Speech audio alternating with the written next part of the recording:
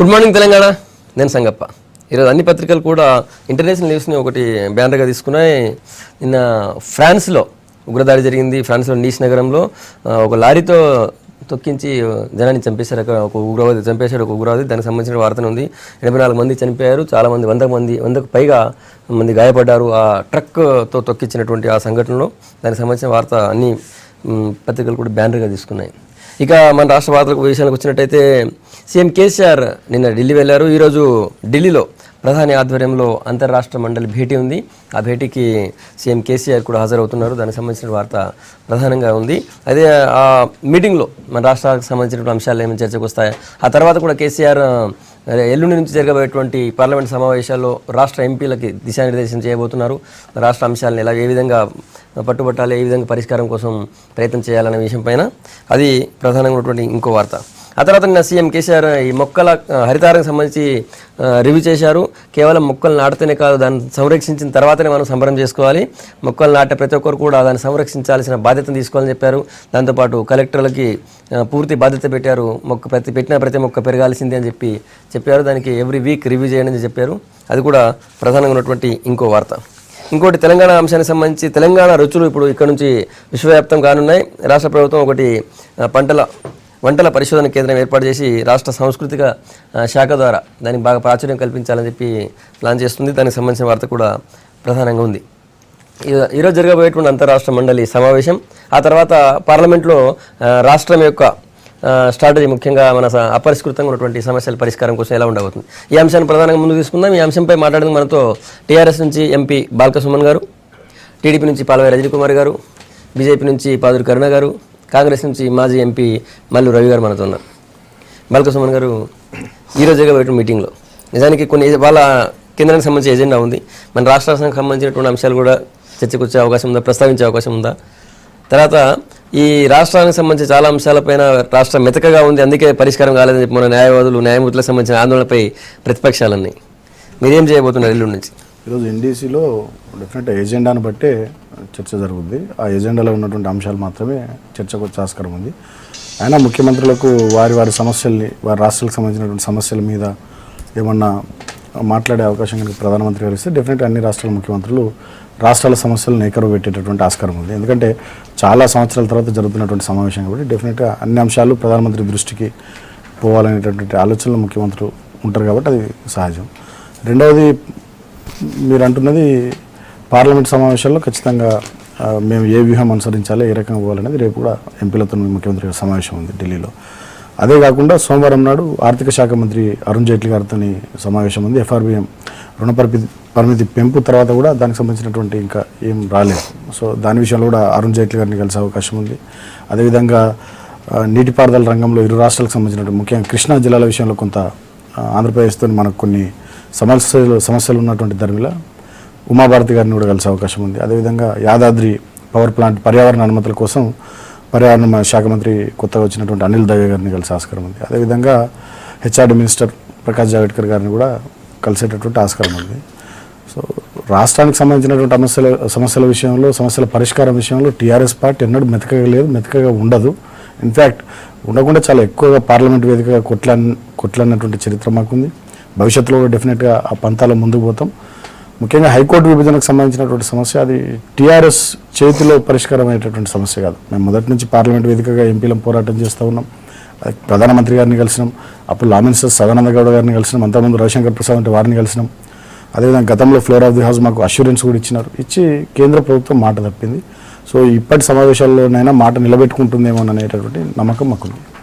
So high court విభజనకు సంబంధించి కూడా మీరు లేవనెత్తారు ఇష్యూను? డెఫినెట్ చాలా సీరియస్గా ఆ ఇష్యూని ముందుకు తీసుకుపోతాం. ఎందుకంటే న్యాయమూర్తులు రోడ్ల మీదకి వచ్చినటువంటి చరిత్ర లేదు. న్యాయమూర్తులు వచ్చి గవర్నర్ గారికి ఒక రిప్రజెంటేషన్ ఇచ్చి సమస్యను పరిష్కరించండి అని చెప్తే చాలామంది న్యాయమూర్తులు సస్పెండ్ చేసినటువంటి చరిత్ర. అంటే మొత్తం దేశమంతా కూడా ఈ అంశం ప్రధానంగా అందరినీ కూడా ఆకర్షించినటువంటి సబ్జెక్ట్ ఇది.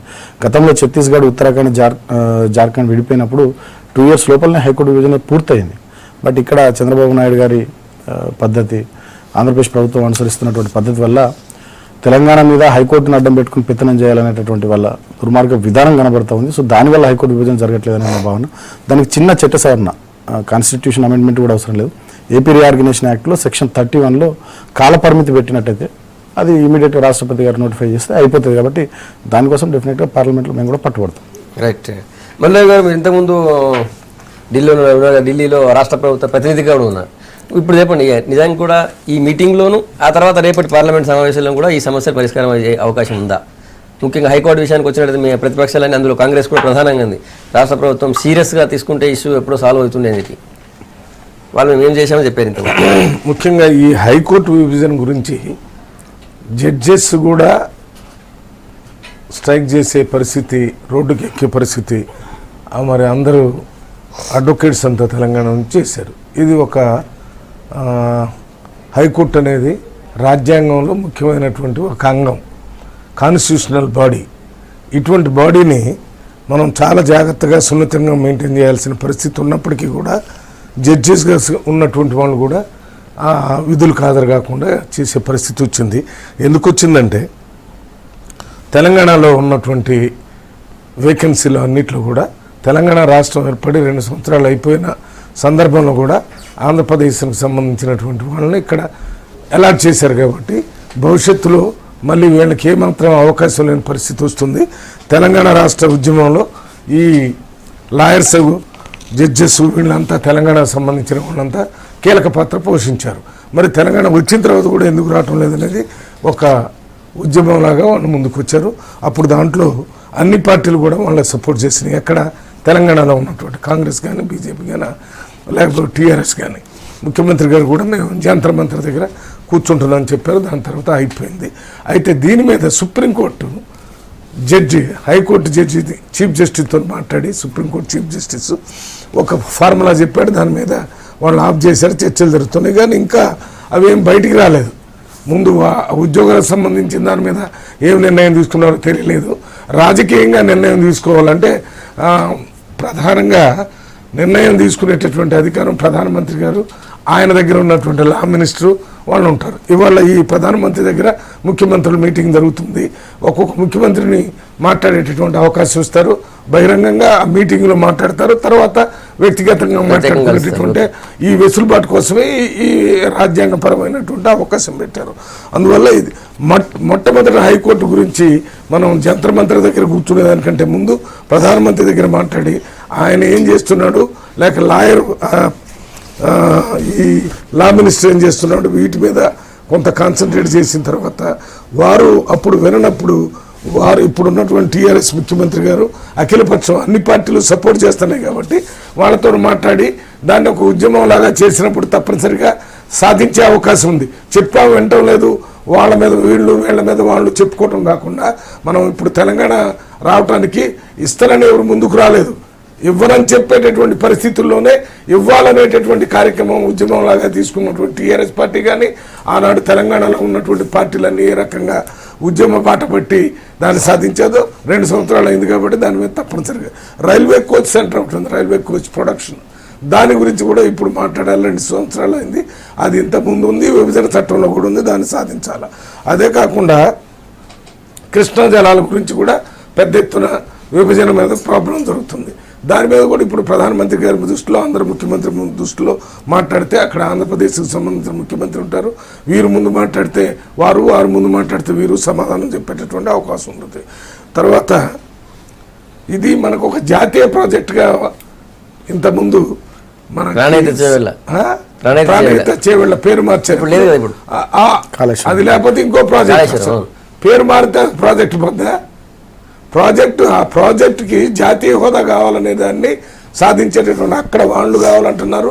ఆ టైంలో దీన్ని కూడా తీసుకునేదానికి 4000 మెగావాట్స్ కరెంటు ఉత్పత్తికి ఇక్కడ మన బైఫర్కేషన్ టైంలో అవకాశం ఇచ్చారు. దాని మీద కూడా ఒత్తిడి తెచ్చి వెంటనే తీసుకొచ్చేది. ఇది కాకుండా మనకు రావాల్సిన విషయాలన్నింటిలో కూడా ఇప్పుడు ముఖ్యమంత్రి గారు అక్కడ మాట్లాడాల్సిన అవసరం ఉంది. ఉద్యమం చివరిది, దాని మీద ఇవన్నీ ఎట్లా మాట్లాడతారు కావచ్చు. ఇప్పుడు అక్కడ 2 ముఖ్యమంత్రులు ఉంటారు. మన 2 రాష్ట్రాల్లో చాలా సమస్యలు ఉన్నాయి. అవన్నీ పరిష్కారం అయ్యే అవకాశం ఉంటుందా? ప్రధాని మధ్యవర్తిత్వం వహించే అవకాశం ఉంటుందా? అంటే అని చెప్పే అవకాశం ఉంటుందా మధ్యవర్తిత్వం వహించి? అంటే అది ఒక వేదిక.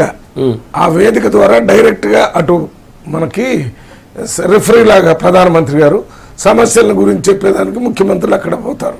అంటే ఆయన పైన డయాస్ మీద ఉంటారు, కింద ముఖ్యమంత్రులు ఉంటారు, వాళ్ళ సమస్యలు ఏంటో చెప్తుంటే దాంట్లో న్యాయమైన అయితే వెంటనే చేయాలని చెప్పటం, లేకపోతే తర్వాత వాళ్ళ ఎక్స్ప్లెనేషన్ అడగటం, ఇవన్నీ జరుగుతాయి. ఇది ఒక మంచి వేదిక. రైట్ సార్, చెప్పండి కరుణ గారు. నిజంగా ఈరోజు ప్రధాని అధ్యక్షతన జరిగే సమావేశంలో ఇద్దరు ఎక్కడ ఉంటారు కాబట్టి మన సమస్యల పరిష్కారం అయితే అని ఆశించవచ్చా? కేంద్ర ప్రభుత్వం ఆ పాత్ర తీసుకుంటుందా లేదా మీటింగ్ పెట్టి పంపిస్తుందా? తప్పకుండా. విడివిడిగా ఎవరి ఆలోచన ఎవరి పెట్టకుండా, ఆరోపణలు పెట్టకుండా ఒక చోట కనుక ఈ అంతర్రాష్ట్ర మండలి వేదిక మీదుగానే, ఎందుకంటే ఇది ఇరు రాష్ట్రాలకు సంబంధించింది, ముఖ్యంగా ఇద్దరు ముఖ్యమంత్రుల సమన్వయానికి సంబంధించింది కాబట్టి తప్పకుండా ఈ వేదిక అందుకు ఉపయోగపడుతుందని అనుకుంటా ఉన్నాం. ఎందుకంటే గతంలో అనేక రకాలుగా ప్రయత్నం చేసినప్పటికీ కూడా లీగల్గా ఉన్న చిక్కుల వల్ల అయితేంది, ఇప్పుడు సుమన్ గారు ఎత్తిన విషయం 31 దానికి కొంచెం సవరణ చేస్తే సరిపోద్దని దానికి వెళ్ళడానికి కూడా వీలవుతుంది. కాబట్టి అంతర్రాష్ట్ర మండలి అనేది ఒక వేదికగా ఇది దీనికి అనేక సమస్యలు, అది ఈ ముఖ్యంగా బర్నింగ్ ఇష్యూ లాయర్స్ అయినా కూడా ఎందుకంటే తెలంగాణ ఉద్యమంలో ప్రధాన పాత్ర వహించింది న్యాయవాదులు, పెద్ద ఎత్తున కదిలించిండ్రు ఉద్యమాన్ని. అసలు వాళ్ళ సమస్య పరిష్కారం కాకుండా ఉంది ఇంతవరకు.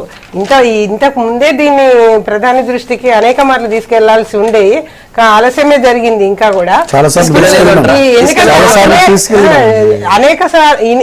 ఎందుకంటే కోర్టుల్లో అనేక సంవత్సరాల కేసులు పెండింగ్ ఉంటాయని నానుడి, కోర్టుకు పోయే కంటే బయట పరిష్కారం అవుతాయని. ఇప్పుడు అసలు ఆ కోర్టులే మూతపడే పరిస్థితి వచ్చి మొత్తం పెండింగ్ అవుతున్న పరిస్థితుల్లో ఈ రోజున అసలు దాన్ని ఇంతవరకు ఇంత లేట్ చేయటమే ఒక రకంగా నష్టం జరిగింది. ఇప్పటికైనా కూడా ఇమీడియట్ గా పరిష్కారం కావాలా. దానికి కేంద్ర ప్రభుత్వం అనేక రకాల సహకరిస్తామని చెప్తానే ఉంది. సదానంద గౌడ్ గారు కూడా స్టేట్మెంట్ ఇచ్చినప్పుడు సుప్రీంకోర్టు అన్నది మీకేం హక్కు ఉంది నీ విభజించడానికి అని కేంద్రాన్ని ప్రశ్నించిన పరిస్థితి.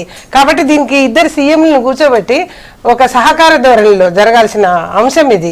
కాబట్టి ప్రధానమంత్రి గారి సమక్షంలోనే, ఎందుకంటే వారు చెప్పొచ్చు, వీరు చెప్పేది విడివిడికి కలిస్తే, ఒక చోట కలిస్తేనే దానికి ఒక విధమైన పరిష్కారం లభిస్తుందని ఆశిద్దాం. అట్లానే జల వివాదాలు కూడా ఇంతవరకు సామరస్యంగా పూర్వకంగా పోయినా కూడా ఇక ముందు ముదిరే పరిస్థితి కూడా వస్తుంది. ఒకటి తగ్గుతున్న నీటి వనరులు, రెండోది మనం ఎన్నో ఆశలతోటి తెలంగాణ తెచ్చుకున్నాం నీటి ప్రాజెక్టుల గురించి, దానికి ముందుకెళ్లాల్సిన పరిస్థితి మనం తప్పకుండా అవుట్ రైట్ గా. కాబట్టి ఈ సమస్య ఇంకా ముదరకముంది. అట్లానే 9th and 10th షెడ్యూల్లో ఆస్తుల విభజన గురించి మెయిన్ గా దానికి సంబంధించి కూడా ఇంతవరకు ప్రస్తావనకు రాకపోయినా కూడా అదొక బర్నింగ్ ఇష్యూగానే మారబోతా ఉంది. వీటన్నిటి సీరియస్ సమస్యలు కాకముందే ఈ 10 ఏళ్ల నుంచి యూపీఏ హయాంలో జరగని సమావేశం ఇటువంటిది ఇప్పుడు కనీసం దాన్ని రివైవ్ చేసి ఒక ముందుకు తీసుకెళ్తుంది. ఇది శుభసూచకం అనుకోవాలి. ఎందుకంటే మనం ఒక దేశంలో ఉన్నాము, పక్కకు ఉన్నాము, మొన్ననే విడిపోయినాము.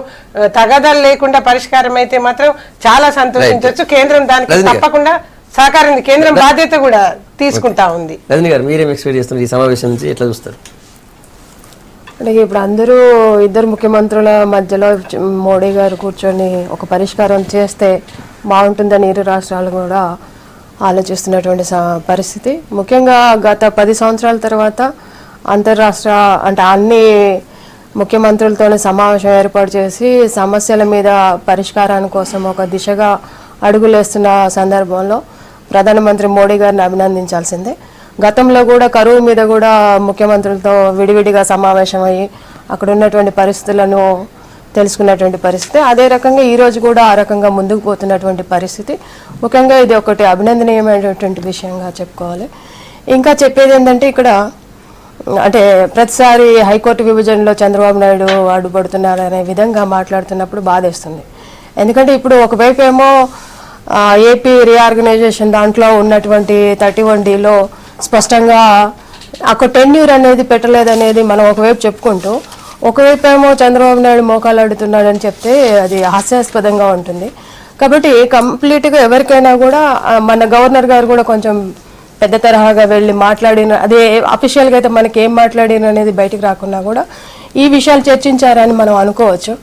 ఆ సందర్భంలో కూడా చంద్రబాబు నాయుడు గారు స్పష్టంగా మేము అన్ని సమస్యల్లో అన్ని వివాదాలు, ముఖ్యంగా 9th and 10th షెడ్యూల్లో ఉన్నటువంటి అంశాలన్నింటినీ కూడా హైకోర్టు విభజనతో పాటుగా అన్నీ కూడా హైకోర్టు నిర్మాణం చేయాల్సినటువంటి బాధ్యత కేంద్ర ప్రభుత్వం మీద విభజన చట్టంలో స్పష్టంగా పెట్టి ఉన్నది. కాబట్టి ఆ రకంగా వీళ్ళు అన్నీ కూడా పరిష్కారం చేయాలి. ముఖ్యంగా జల వివాదాలు ఈరోజు మనం తెలంగాణలో చూస్తే మీరు చూసారో లేదు, ఈరోజు నేను ఒక పత్రికలో చదివినప్పుడు చాలా బాధేసింది.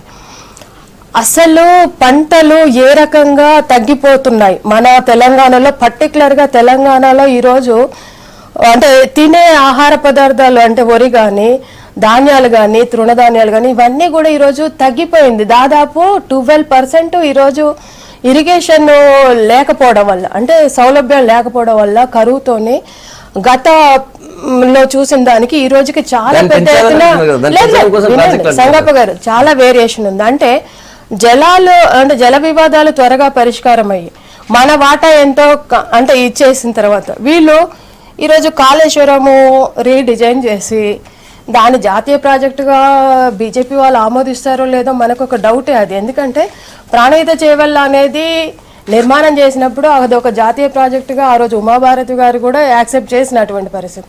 మరి ఈరోజు రీడిజైన్ పేరు మీద ఆ జాతీయ ప్రాజెక్ట్ కాస్త రిజర్వాయర్లు, తర్వాత ఇప్పుడు మేడిగడ్డ కానీ, లేదంటే తుమ్మిడిహట్టి కానీ, లేదంటే మల్లన్న సాగర్ కానీ ఈ రకంగా వాళ్ళు తీసుకొచ్చి ఆ ప్రాజెక్ట్ని ఈరోజు జాతీయ ప్రాజెక్టుగా చేయాలంటే ఉండాల్సినటువంటి లక్షణాలు కాళేశ్వరం ప్రాజెక్టుకు ఉన్నాయా లేదా అనేది ఒక డౌట్. ఇప్పుడు అదే ఎక్స్పెక్ట్ చేయలేము మనం జాతీయ ప్రాజెక్టు. సో ఆ రకంగా మనకు ఒక జాతీయ ప్రాజెక్ట్ ని మనం మిస్ అవుతున్నటువంటి పరిస్థితులు ఉన్నాయి. ఇంకోటి అంటే మనం కూడా ఒకటి, ఇప్పుడు కేసీఆర్ గారు వెళ్ళారండి, వెళ్ళినప్పుడు వారి ఆలోచన ఏంది, తప్పకుండా ఈ రాష్ట్రానికి చాలా మేలు జరగాలనే ఒక ఉద్దేశంతో వెళ్తున్నారు. ఆ రకంగా పరిష్కారం కావాలి, ఇరు రాష్ట్రాల మధ్య ఉన్నటువంటి సమస్యల పరిష్కారం కావాలని మీరు 2 అంశాలు చెప్పారు. ఒకటి చంద్రబాబు నాయుడు పాత్ర మీద పదే అంటున్నారు, ఒకటి రెండోది ప్రాజెక్టుల విషయంలో జాతీయ ప్రాజెక్టు రాకుండా పోయింది ఇప్పుడు రీడిజైన్ చేయడం వల్ల అనేది. తర్వాత ఆల్రెడీ ఇద్దరు చెప్పినట్టు అంశాలు చెప్పండి సుమన్ గారు. ప్రపంచమంతా తెలుసు హైకోర్టు విభజనకు చంద్రబాబు నాయుడు గారు అడ్డమని. చాలా స్పష్టంగా ఏపీ రీఆర్గనైజేషన్ యాక్ట్లో ఉన్నది ఏంటంటే ఆంధ్రప్రదేశ్ ప్రభుత్వము కేంద్రం లేఖ రాస్తే ఆంధ్రప్రదేశ్ ప్రభుత్వం దానికి రియాక్ట్ అయ్యి ఎక్కడ ప్లేస్ చూపిస్తే అక్కడ నిధులు విడుదల చేయాలనేది చాలా స్పష్టంగా ఉంది ఏపీ రీఆర్గనైజేషన్ యాక్ట్లో. సో చంద్రబాబు నాయుడు గారు కొంచెం ముందుకు వచ్చి సహకరిస్తే హైకోర్టు విభజన చాలా సులువుగా పూర్తవుతుంది. ఇప్పుడు ఇక్కడ నుంచి సెక్రటరియట్ అన్ని హెచ్ఓడీస్ అన్ని కూడా ఆంధ్ర ప్రాంతానికి పోతున్నాయి, అమరావతికి పోతున్నాయి. వాళ్ళు ఏం చెప్తా ఉన్నారు, ఆ క్రమంలో మంత్రులంతా కూడా పూజలు చేసి మరీ చెప్పినారు, పరిపాలన సౌలభ్యం కోసం ప్రజలకు దగ్గరగా ఉండి పరిపాలనాపరమైనటువంటి సేవలు అందించడం కోసం మేము అక్కడి నుంచి ఇక్కడికి వస్తున్నామని చెప్పి మంత్రులు చెప్తున్నారు, అధికారులు కూడా చెప్పినారు. మరి ప్రజలకు పరిపాలన సేవలు అందినప్పుడు ప్రజలకు న్యాయ సేవలు కూడా అందాలి కదా. గుంటూరు మేము చెప్పడం కదా, Guntur high court unanimously resolution pass చేసి ఇమీడియట్గా హైకోర్టు డివిజన్ చేయండి అని చెప్పింది. తెలంగాణ ప్రాంతంలోనే ఆంధ్ర ప్రాంతంలో కూడా చాలా జరుగుతూ ఉంది దీనికి సంబంధించి కొంత పాజిటివ్గా. అయినప్పటికీ కూడా చంద్రబాబు నాయుడు గారు కనీసం హైకోర్టునైనా అడ్డం పెట్టుకొని, మీరు చూసినారు గతంలో ఈ 2 సంవత్సరాల కాలంలో మొదటి 12 నెలల్లో మొదటి సంవత్సరం అయితే దాదాపు 21 తీర్పులు తెలంగాణ ప్రభుత్వానికి వ్యతిరేకం. ఇట్లా మేము ఒక నిర్ణయం చేస్తే అట్లా వ్యతిరేకమైనటువంటి తీర్పు వచ్చింది. సరే అది ఎట్లా వచ్చింది ఏంది లోతుల్లోకి నేను పోను, ఇక్కడ ఉన్న పెద్దలందరికీ తెలుసు. సో హైకోర్టును అడ్డం పెట్టుకుని తెలంగాణ మీద పెత్తనం చేయాలనేది చంద్రబాబు నాయుడు గారి ఆలోచన. వాళ్ళు స్పష్టంగా చెప్తా ఉన్నాం, వచ్చే పార్లమెంట్ సమావేశాలు 18 సోమవారం నుంచి ప్రారంభంగా పోతున్నాయి. నిజంగా చంద్రబాబు నాయుడు గారు వారి ఆంధ్రప్రదేశ్ ప్రభుత్వం హైకోర్టు విభజనకు సానుకూలంగా ఉంటే ఎన్డీఏలో వాళ్ళు భాగస్వాములు ఉన్నారు, డెఫినెట్గా ముందుకు రమ్మనండి. సెక్షన్ 31లో చిన్న కాలపరిమితి పెట్టుకుంటే ఇమీడియట్గా అయిపోతుంది. దాంతో పాటు చంద్రబాబు నాయుడు గారు కూడా మేము సో ప్లేస్లో పెడతాము, మీరు మాకు రుణం ఇవ్వండి, లేకపోతే డబ్బులు ఇవ్వండి, మీకు నిధులు ఇవ్వండి అని చెప్పి కేంద్ర ప్రభుత్వానికి ఒక లేఖ రాస్తే అయిపోతుంది ప్రాసెస్. సో బంతి చంద్రబాబు నాయుడు గారి కోర్టులో ఉంది, అది ఎవరు అవునా కాదని అది వాస్తవం. ఒకటి. రెండవది ప్రాజెక్టుల మీద మాట్లాడుతూ ఉన్నారు. నేషనల్ స్టేటస్కి ప్రాజెక్టుల రీడిజైన్కి ఫస్ట్ ఆఫ్ ఆల్ అసలు సంబంధం లేదు ఒకటి. రెండోది మనం ప్రాజెక్టులు రీడిజైన్ చేసుకున్నది ఎందుకంటే తుమ్మిడిహెట్టి మనం సిడబ్ల్యూసీ చేసినటువంటి సూచన మేరకు తుమ్మిడిహెట్టి దగ్గర 160 టీఎంసీల నీటిని లిఫ్ట్ చేసుకొని ఎక్కడ నింపుకుంటాము, రిజర్వాయర్ల కెపాసిటీ కేవలం 11.5 టీఎంసీలో పెట్టుకున్నాం, except Yellampalli, except Mid Manair. So రిజర్వాయర్ల కెపాసిటీ పెంచుకోవాలని సిడబ్ల్యూసీ సూచన చేసింది ఒకటి. రెండవది ఆ తుమ్మిడిహెట్టి దగ్గర మనం అనుకుంటున్నటువంటి ఎత్తులో పక్కకున్నటువంటి మహారాష్ట్ర ప్రభుత్వం కూడా ఒప్పుకోవడం లేదు. సో అక్కడ బ్యారేజ్ ఎత్తును తగ్గించి దాన్ని తూర్పాదిలాబాద్ జిల్లాకు రిస్ట్రిక్ట్ చేసి నీటి లభ్యత ఎక్కువ ఉన్నటువంటి ఈ కాళేశ్వరానికి దిగువన మేడిగడ్డ దగ్గర బ్యారేజ్ నిర్మించి అక్కడి నుంచి వాటర్ని లిఫ్ట్ చేసుకోవాలని చెప్పి మన ఆలోచన. మొన్న చూసినాం మనం ఒక వారం రోజుల కాలంలో పైన శ్రీరామ్ సాగర్ ప్రాజెక్టుకు, నిజాం సాగర్కు, సింగూరుకు నీళ్లు రాలేవు, కానీ 400 టీఎంసీలు కేవలం వారం రోజుల వ్యవధిలో సముద్రంలో కలిసిపోయినాయి. అంటే నీటి లభ్యత డెఫినెట్ మేడిగడ్డ దగ్గర దాని దిగువన ఉంది. ఎందుకంటే పైన ఛత్తీస్గఢ్ కానీ మహారాష్ట్ర కానీ అటువైపు నుండి వస్తున్నటువంటి ఇంద్రావతి, ప్రాణహిత నదులు వివిధ వాగుల ద్వారా అటు పైన పడుతున్నటువంటి వర్షాల వల్ల ఎక్కువ నీటి లభ్యత అక్కడ ఉన్నది కాబట్టి ప్రాజెక్టు రీడిజైన్ చేసుకోవడం జరిగింది. సో దాంట్లో బాగా జరిగింది. సో దానికి నేషనల్ స్టేటస్కి సంబంధంలో ఇన్ఫాక్ట్ ఇంకో విషయం కూడా నేను చెప్తాను, I have to tell you. ఇంకో విషయం ఏంటంటే లాస్ట్ టైం మేము ఈ కృష్ణా జిల్లాల వివాదానికి సంబంధించి హరీష్ గారు మా మంత్రి గారి నేతృత్వంలో ఉమాభారతి గారిని కలిసినప్పుడు ఆమె చాలా స్పష్టంగా ఆమెకు మేము అప్పీల్ చేసినాం, రిక్వెస్ట్ చేసినాం. గతంలో కూడా చాలా సందర్భాలు డిమాండ్ చేసినాం పార్లమెంట్లో. పోలవరం ప్రాజెక్టుకు ఆంధ్రప్రదేశ్ రాష్ట్రానికి ఒక project, irrigation project national status ఇచ్చినారు. మాకు పాలమూరు రంగారెడ్డి ఎత్తిపోతల పథకం కానివ్వండి, కాళేశ్వరం ప్రాజెక్ట్ కానివ్వండి, దేనికన్నా ఒకదానికి నేషనల్ స్టేటస్ ఇవ్వండి అని చెప్పినాం. గతంలో ప్రైమ్ మినిస్టర్ గారిని కలిసినప్పుడు కూడా సీఎం గారు వారు అన్నారు, ఉమాభారతి గారు ఏమన్నారంటే మొత్తం డెఫినెట్ గా ఇప్పుడు ఏవైతే నేషనల్ స్టేటస్ తో కూడినటువంటి ప్రాజెక్టులు ఉన్నాయో వాటికి కొన్ని నిధులు ఇవ్వాలనుకుంటున్నాం ఈ వచ్చే బడ్జెట్లో, తర్వాత బడ్జెట్లో. నెక్స్ట్ ఇయర్ లో ఖచ్చితంగా కొన్ని రాష్ట్రాలకు ఏవైతే నేషనల్ స్టేటస్ ప్రాజెక్టులు లేని రాష్ట్రాలు ఉన్నాయో వాటికి డెఫినెట్ గా నేషనల్ స్టేటస్ ఇవ్వాలనుకుంటున్నాం. దాంట్లో ఫస్ట్ ప్రయారిటీలో తెలంగాణ, సెకండ్ జార్ఖండ్ సంగప్ప గారు ఒకటే విషయం, విద్యావేత్త సుమన్ గారు తెలియని విషయాలు ఏమి ఉండవు అనుకుంటున్నాను నేను. ఇప్పుడు జాతీయ హోదా కల్పించాల్సినటువంటి ప్రాజెక్టుకి ప్రాజెక్ట్ తీసుకున్నాం. చంద్రబాబు నాయుడు గారు వల్లనే హైకోర్టు విజయం ఆగిపోయిందని చెప్పారు స్పష్టంగా. అది చెప్తూనే జాతీయ ప్రాజెక్టు నిర్మాణం చేపట్టాలంటే కొన్ని క్రైటీరియాలు ఉంటాయి. జాతీయ ప్రాజెక్టు చంద్రబాబు నాయుడు ఇప్పుడు సుమన్ గారు కానీ టీఆర్ఎస్ పార్టీ నాయకులు కానీ పదే పదే చంద్రబాబు నాయుడు గారి మీద ఒకటి వేయడము, దానివల్ల ఇక్కడ అదే ఎగ్జాంపుల్స్ కూడా చెప్పారు. ఇక్కడ అది మాట్లాడితే తప్ప వీళ్ళకి ఇది లేని పరిస్థితిలో మల్లన్న సాగర్ పీక్ స్టేజ్ లో ఉండి అందరు రైతులు పెద్ద ఎత్తున వచ్చినప్పుడు అదేంటి హైకోర్టు విభజన కోసం మొత్తం లాయర్లు పెద్ద ఎత్తున ఉద్యమం అంటే ఒక పెద్ద ఇష్యూ రైతుల కోసం జరుగుతున్నప్పుడు అంటే నేను ఇక్కడ లాయర్లనే తప్పుపడ్డాను.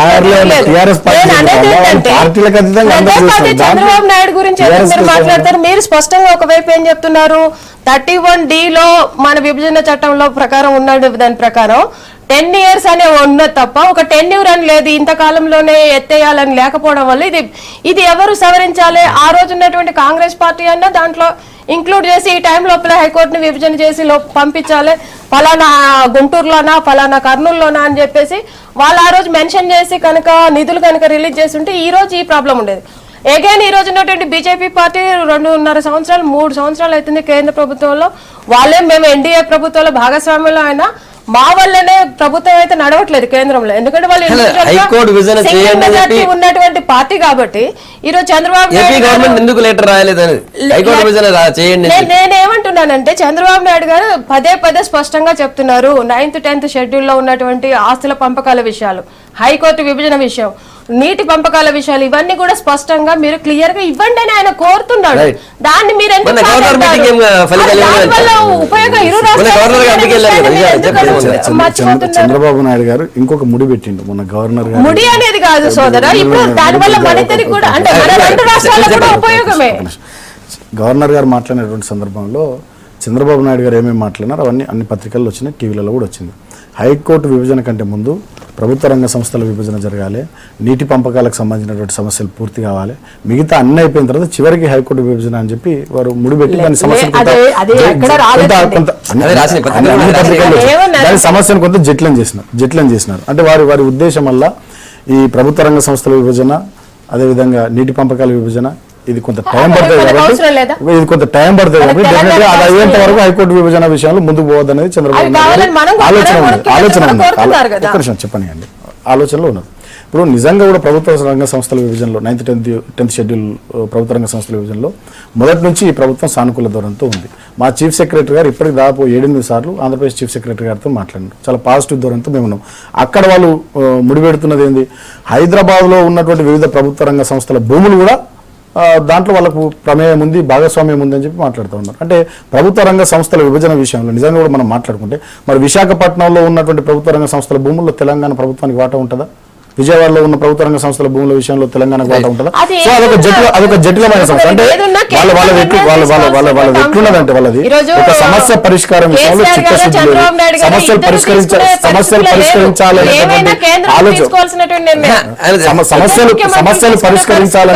సమస్యలు పరిష్కారం కావాలని పాజిటివ్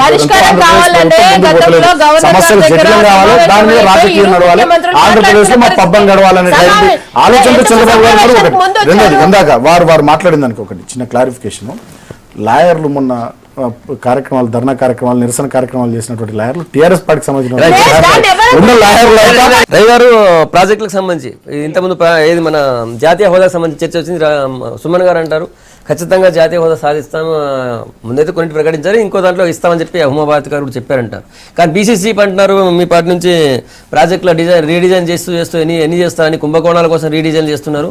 ఈ రీడిజైన్ వల్ల ఏమీ రాదని ఇంతకుముందు పాయింట్ ఒకటి. ఒక్క మాట మీ అనుమతితోనే ఇప్పుడు హైకోర్టుకు సంబంధించి ఆంధ్రప్రదేశ్ ముఖ్యమంత్రి గారు వల్లనే అడగలేదు కదా, నేను ఫైనల్ ముఖ్యమంత్రి గారు చిన్న అక్కడ పాత బిల్డింగుల్లో మార్చినా అయిపోద్ది, లేకపోతే అమరావతిలో ఆంధ్రప్రదేశ్ ముఖ్యమంత్రి అమరావతిలో ఒక పెద్ద కొత్త బిల్డింగ్ సెక్రటేరియట్ కట్టినట్టు అయినా అయిపోద్ది. అది కాకుండా 2 సంవత్సరాలు అయినా మేము అంతా మారిపోతాం ఇక్కడ నుంచి అక్కడ, కానీ హైకోర్టు మాత్రం ఇక్కడే ఉండాలంటాం మంచిది కాదు. దీన్ని అలయన్స్ పార్ట్నర్ గా ఉన్న బీజేపీ కూడా వీళ్ళిద్దరు కలిసి దీని మీద నిర్ణయం తీసుకోకుండా లేట్ చేస్తున్నారు. బీజేపీ వెంటనే ప్రధానమంత్రి గాని లా మినిస్టర్ గాని ఇక్కడ ఉన్నటువంటి ముఖ్యమంత్రి గవర్నర్ తో మాట్లాడించి అక్కడ చర్య తీసుకోవాలి.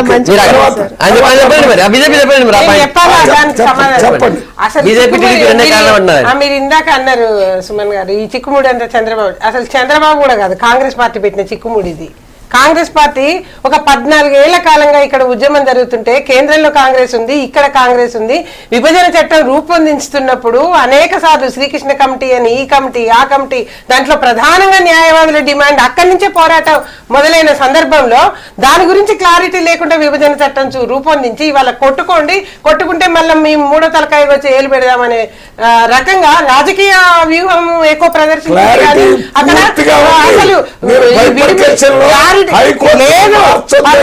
హైకోర్టు మార్చొద్దని ఎందుకు టైం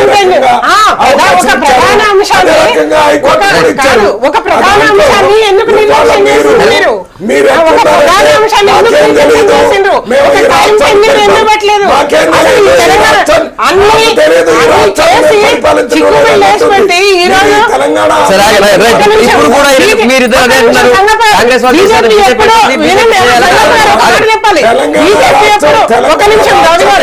బీజేపీ ఎప్పుడు ఇక్కడ మాట ఒకటి అక్కడ మాట ఒకటి మాట్లాడలేదు, 2 రాష్ట్రాల్లో ఒకటే మాట్లాడలేదు. విభజన చేయాలి లేదు ఢిల్లీలో సదానంద గౌడ గారికి దత్తాత్రేయ ఇచ్చి సదానంద గౌడ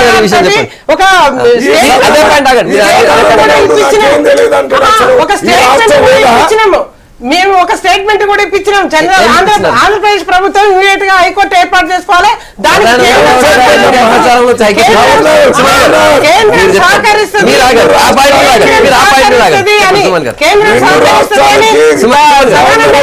చెప్పారు. అనాలోచితంగా హడావుడిగా చేసుకొని నిర్ణయాలు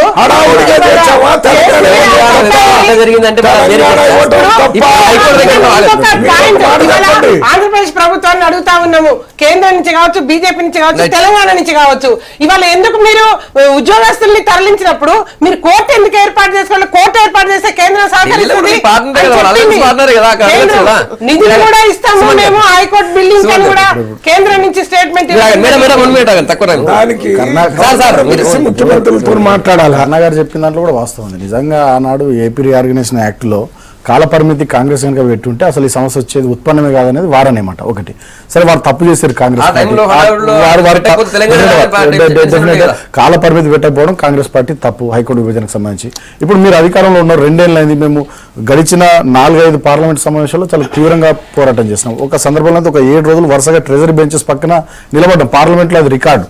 అయినప్పటికీ కూడా ఫ్లోర్ ఆఫ్ ది హౌస్ మాకు హామీ ఇచ్చినారు. మాకు హామీ ఇవ్వడం కాదు, తెలంగాణ ప్రజలకు కూడా ఎమ్మెల్సీ ఎన్నికలప్పుడు రామచంద్రరావు గారు ఎలక్షన్ అప్పుడు వచ్చి సదానంద గౌడ గారు స్వయంగా 15 రోజుల్లో విభజన చేస్తాం మీరు ఓట్లు వేయన్నారు. ఓట్లు వేసిండ్రు, రామచంద్రరావు గారు ఎమ్మెల్సీ అయినరు, వారు పోయినారు. ఇవాళ వారి శాఖ కూడా మారింది, కానీ అది దానికి అతిగతి లేకుండా ఉంది. మేము అంటున్నది ఏంటంటే నిజంగా బీజేపీ అనుకుంటే, తెలుగుదేశం అనుకుంటే డెఫినెట్గా అయిపోతుంది.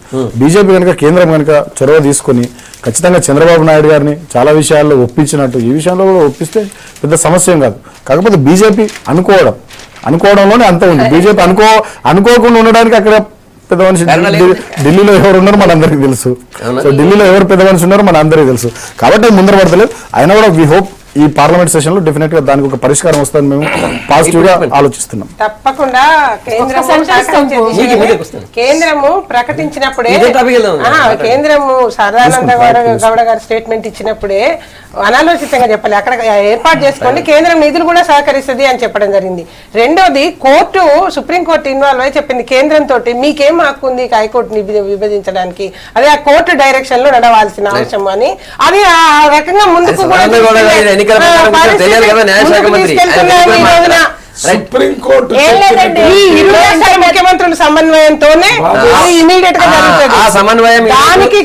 జరుగుతుందా అనేది జరగాల్సిన అంశం. తెలంగాణలో ప్రధాన భూమిక పోషించినటువంటి కేసీఆర్ గారు అందరూ అదే చెప్పుకుంటున్నారు, అందరూ అదే అంటున్నారు. ఈ హైకోర్టును తీసుకురావడంలో చేయలేరని ఎవరు అనుకోవట్లేదు. దానికి ఏమి జరిగిందో ఏం జరుగుతుందో కూడా ప్రజలు కూడా కొద్ది రోజులు అయితే ఆలోచిస్తారు. తప్పకుండా అది వస్తుంది ఆశిద్దాం అంతే. ప్రాజెక్టుల గురించి డిపిఆర్ అని ఉంటుంది, డీటెయిల్డ్ ప్రాజెక్ట్ రిపోర్ట్ అని ఒక రిపోర్ట్ తయారు చేసి దాన్ని ఆధారంగా చేసుకొని దాని ఎస్టిమేట్స్ తయారు చేసి దాన్ని టెండర్స్ పిలిచేటటువంటి ప్రక్రియ అన్ని ప్రభుత్వాలు చేస్తే ఈ ప్రభుత్వం కూడా చేయాలని మా పిసిసి ప్రెసిడెంట్ చెప్తున్నారు.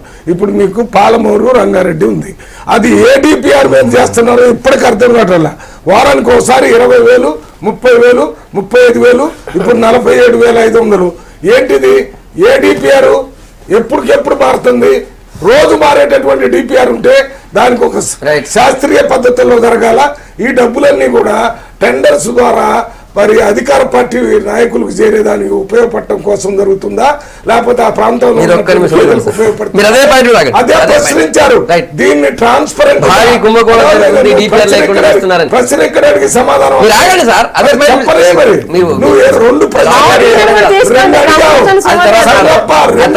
అదే సబ్జెక్ట్. దాని వల్ల ఆరోపణ చేస్తే మాట్లాడిన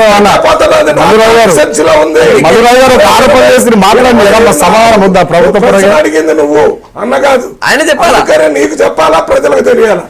మరి అందువల్ల వీటి మీద డిపిఆర్స్ రావాలా, దాని జస్టిఫికేషన్ ప్రజల ముందు పెట్టాలా. రోజుకోసారి ముంపులు కలవ మీద ఇంత పెద్ద మంచిది కాదని చెప్పండి. వారు అంటున్నారు, మరి కాంగ్రెస్ పార్టీ రాష్ట్ర అధ్యక్షులు ఉత్తమ్ కుమార్ రెడ్డి గారు అంటున్నారు, అసలు డిపిఆర్ లేకుండా ప్రాజెక్టులు కట్టరు. వారికి తెలుసో తెలియదో డిపిఆర్ లేకుండా ప్రాజెక్టులు కట్టరు. డెఫినెట్గా డీటెయిల్ ప్రాజెక్ట్ రిపోర్టు అన్ని ప్రాజెక్టులకు కూడా ఉంది. కావాలంటే గవర్నమెంట్ వెబ్సైట్లో పోయి వాళ్ళు చూసుకోవచ్చు. లేదా ఏమైనా ఇన్ఫర్మేషన్ కావాలనుకుంటే ప్రభుత్వాన్ని అడగచ్చు. ఇంకేమన్నా అనుకుంటే రైట్ టు ఇన్ఫర్మేషన్ యాక్ట్ ఉంది. ఈ దేశంలో ఏ పౌరుడైనా ప్రభుత్వం నుండి ఇన్ఫర్మేషన్ దే కెన్ సీక్. అయితే రెండో విషయం, ఇవాళ మేము అనడం అవినీతిని వారు మాట్లాడుతున్నారు కదా, అసలు జలయజ్ఞాన్ని ధనయజ్ఞంగా మార్చింది కాంగ్రెస్. మేము అనడం కాదు. కాగ్ వాళ్ళకి ఎంత అక్షింతలు వేసిందో, కాగ్ రిపోర్ట్లో ఏమేమి చెప్పిందో కాంగ్రెస్ పార్టీ చరిత్ర ఆ ప్రాజెక్టులకు సంబంధించి ప్రజలందరికీ తెలుసు. సో కొత్తగా నేను చెప్పేది ఏం లేదు. పాలమూరు రంగారెడ్డి టెండర్ల విషయంలో కూడా 18 టెండర్లు పిలిస్తే, 18 విభాగాలుగా టెండర్లు పిలిస్తే 16 టెండర్లు లెస్సుకు పోయినాయి. అది మా చరిత్ర. ఒక ప్రాణహిత చెవెలలో సర్వే కోసం దాన్ని 0.5 పెంచుకొని 800 కోట్లు రాత్రికి రాత్రి తిన్న చరిత్ర కాంగ్రెస్ పార్టీది. మీకు మాకు నక్కకు నాగలోకానికి ఉన్నంత తేడా ఉంది. అవినీతి మీద మీరా మాకు పాఠాలు చెప్పేది, అవినీతి విషయంలో మీరా మమ్మల్ని అనేది. ఇవాళ ఒకటే భయం అండి వీళ్ళకు. పాలమూరు ఇవాళ వారి మహబూబ్ నగర్ జిల్లాకే వస్తా. 45 లక్షల ఎకరాల భూమి ఉంది మహబూబ్ నగర్ జిల్లాలో. అతిపెద్ద విస్తీర్ణం ఉన్నటువంటి జిల్లా ఈ దేశంలో. అతిపెద్ద విస్తీర్ణం ఉన్నటువంటి జిల్లాలో మహబూబ్ నగర్ జిల్లా ఒకటి. వలసలకు నిలయంగా మారినటువంటి జిల్లాలో ఈ దేశంలో మహబూబ్ నగర్ జిల్లా ఒకటి. అటువంటి మహబూబ్ నగర్ జిల్లాలో 45 లక్షల ఎకరాల భూమి ఉంటే దాంట్లో 35 లక్షల ఎకరాలు సాగుకు అనుకూలంగా ఉంది. మీరు ఎందుకు ప్రాజెక్టులు 35 లక్షల ఎకరాల్లో ఎన్ని ఎకరాలకు నీళ్ళు ఇచ్చారు? ఈ రాష్ట్రాన్ని 60 ఏళ్లలో 42 ఏళ్లు పరిపాలించింది కాంగ్రెస్. 60 ఏళ్ల ఉమ్మడి రాష్ట్రంలో 42 ఏళ్లు కాంగ్రెస్ పరిపాలించింది. 35 లక్షల ఎకరాల్లో ఎన్ని ఎకరాలకు నీళ్ళు ఇచ్చింది కాంగ్రెస్ పార్టీ 42 ఏళ్లలో? ఇవాళ మేము వచ్చిన 2 ఏళ్లలో మమ్మల్ని మాట్లాడాము. మేము వచ్చిన 2 ఏళ్లలో భీమా, నెట్టెంపాడు, కల్వకుర్తి, 4 ప్రాజెక్టులకు ఆన్ గోయింగ్ ప్రాజెక్టులు. మామూలు పనులు చేసి డబ్బులు తీసుకున్నారు. బాటిల్ మేము వచ్చిన తర్వాత 2,800 కోట్లు రిలీజ్ చేసినాము. ఆ ప్రాజెక్టులన్నీ త్వరితగతిన పూర్తి చేయబోతున్నాము. ఈ జూలైలో 4.5 లక్షల ఎకరాలకు నీళ్లు ఇవ్వబోతున్నాం. అదేవిధంగా పాలమూరు రంగారెడ్డి ఎత్తిపోతల పథకంలో కూడా దాదాపు 7 లక్షల ఎకరాల ఆయకట్టు సాగులోకి వేస్తున్నాము. పాలమూరు రంగారెడ్డి ఎత్తిపోతల పథకంలో 7 లక్షల ఎకరాల ఆయకట్టు సాగులోకి వేస్తున్నాం. మేము వచ్చిన 2వ సంవత్సరం చేస్తున్నటువంటి పని. 42 ఏళ్లలో మీకు కాంగ్రెస్ ఏం చేసింది మహబూబ్నగర్ జిల్లాకు? 42 ఏళ్లలో మీకు కాంగ్రెస్ ఏం చేసింది మహబూబ్నగర్ జిల్లాకు? 42 ఏళ్లలో మీకు కాంగ్రెస్ మహబూబ్నగర్ జిల్లాకు ఏం చేసింది? ఎన్ని ఎకరాలకు నీళ్ళు ఇచ్చింది? ఎన్ని ఎకరాలకు నీళ్ళు ఇచ్చింది? గుండె మీద మీరు చెప్పాలి.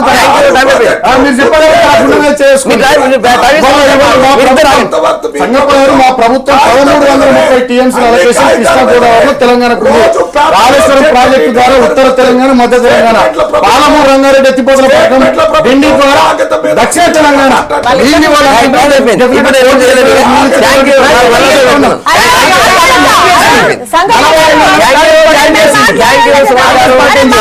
టైం అయిపోయింది. కరుణ గారు, మల్లురాజు గారు, గుడ్ మార్నింగ్ తెలంగాణ ఏప్రిల్ మళ్ళీ సోమవారం కలుద్దాం. స్టేట్